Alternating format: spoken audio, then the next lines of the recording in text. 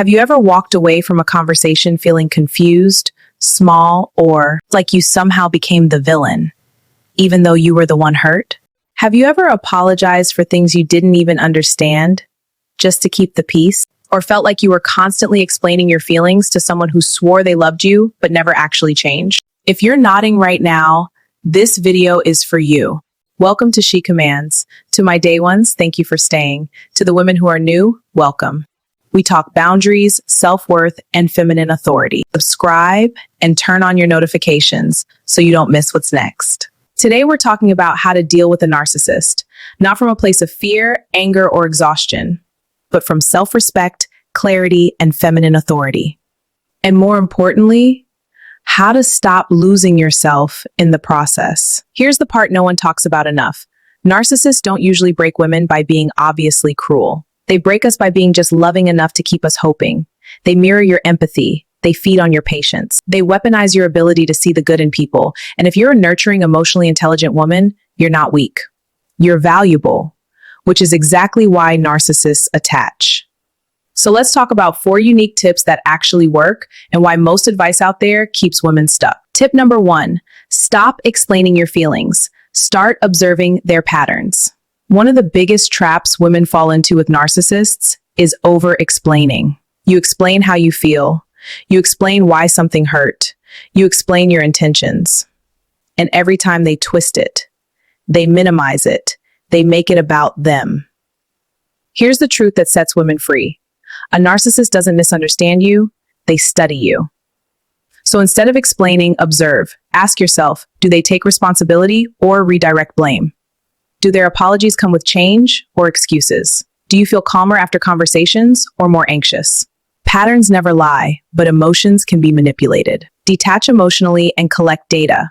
Clarity comes when you stop performing for understanding and start trusting what you see. Tip number 2, boundaries are not words, they are consequences. This one is huge. Many women say, I set boundaries, but they don't respect them. Here's the missing piece. A boundary without a consequence is just a suggestion.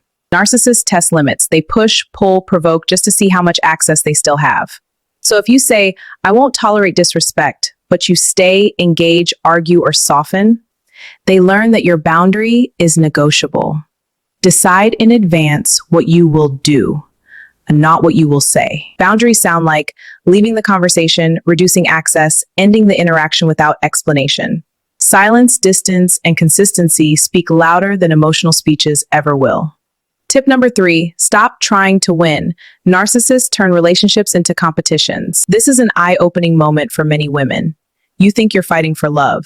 They think they're fighting for control. Narcissists thrive on being right, having the upper hand, and winning emotional power struggles. So every argument becomes a battlefield. Every disagreement becomes a test. Every vulnerability becomes ammunition. The moment you stop competing, you start healing. Refuse to engage in circular arguments. Refuse to defend your reality. Refuse to chase closure from someone who benefits from confusion. Your peace is the prize, not their validation. Tip number 4, the real work is not fixing them, it's coming back to yourself. This is the tip that changes everything. Most women ask, how do I handle a narcissist better? But the real question is, why did I abandon myself trying to hold on to someone else? Narcissistic relationships disconnect women from their intuition, their self-trust, their identity, their desires.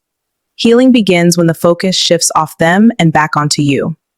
Reconnect with your body, your emotions, your standards, your voice. The more anchored you become in yourself, the less power a narcissist has over you.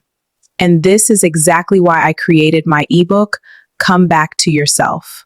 Because healing from narcissistic dynamics isn't about learning how to tolerate more. It's about remembering who you were before you shrank.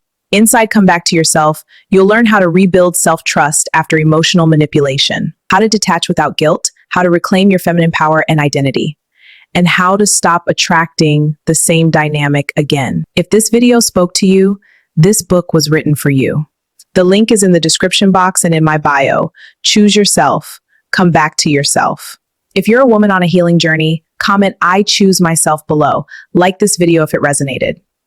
and subscribe to She Commands for more feminine power, emotional clarity, and self-return. You are not broken. You were just disconnected, and you're finding your way home. See you in my next video.